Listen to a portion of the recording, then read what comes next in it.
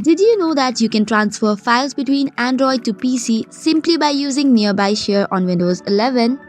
Hello everyone, and let's get started. To transfer files between your Android and PC, you can simply use this Nearby Share option. But for this, you have to install an application which is Nearby Share. So just open any browser and search for the Nearby Share. Now what you can do is tap on Get Started and it will install the application of Nearby Share for Windows. So once this is done, you have to now log in into the Nearby Share. Make sure to use the same Gmail account which is used on your Android for the Google Play Store. So once that is done, you can select how you would like to share the files or receive the files. You can also name your windows, and once this is done, you have two prerequisites. The first one is you have to turn on your Bluetooth, and the second is turn on the Nearby Share option.